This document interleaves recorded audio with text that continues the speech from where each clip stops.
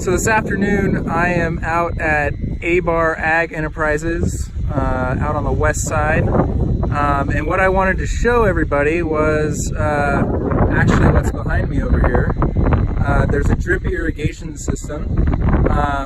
Earlier last week we talked a little bit about my irrigation system at home, and what this is that system a little bit on steroids. So I wanted to talk a little bit about a couple of the components that we have going on here.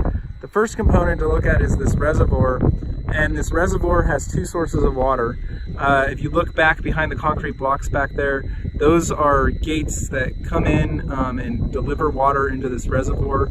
And then over here, on the other side of the car, there's a well that, if you look, comes and see this distribution pipe, delivers into this reservoir.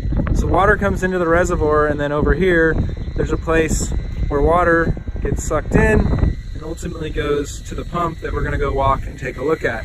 It's going to get a little noisy because the pump is running.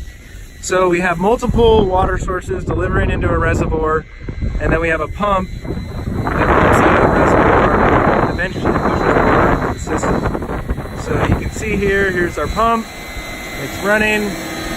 There's the water that it's pulling out, and it's coming into these filters. These filters are filtering the water. The water comes out on the other end.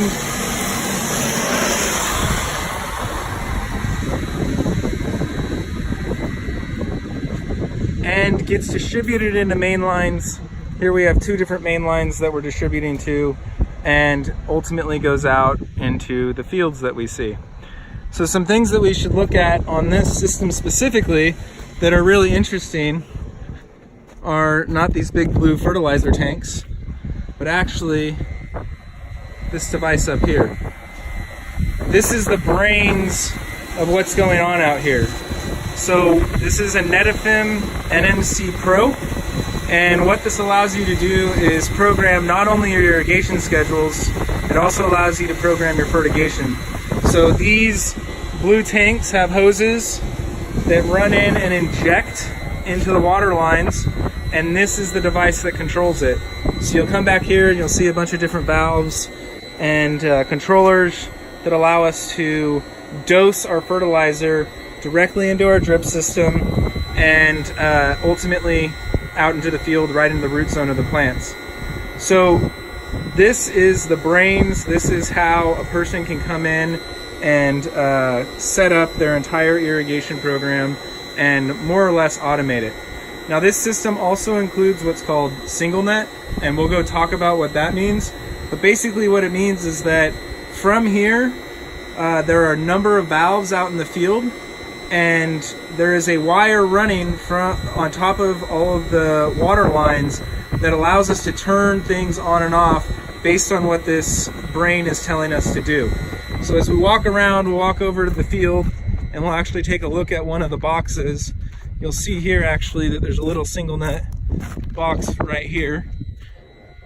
That's what the little boxes look like. But as we come out into the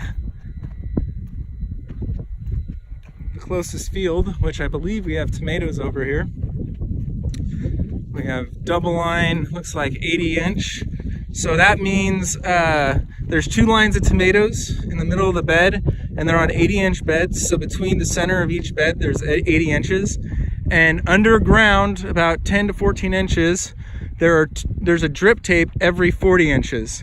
So there's two drip lines per bed that are feeding water into the root zone of the plants. These plants were just transplanted recently. They're starting to green up a little bit, so I'd say they're 5 to 7 days in the ground. But this is what I wanted to show everybody. So what that brain that we were looking at does is sends a signal to this valve on when to turn on and off. There's a number of different things that are going on back there, but each one of these valves has a unique ID, and what you can do with that brain is control that brain to tell each valve when to come on and when to go off. And so if you have a dozen, 2 dozen valves, you can control that all from one place. And when you look here, these are really, really big fields. So usually what ends up happening is you'll have, 3 or 4 blocks or valve sets in one field, and you'll irrigate all those at once. And so you can go in and say, I have these 4 valves in this one field and I want to start them at 7 a.m., turn them off at 4 p.m. And along with that, I want to add fertilizer after it's been on for an hour.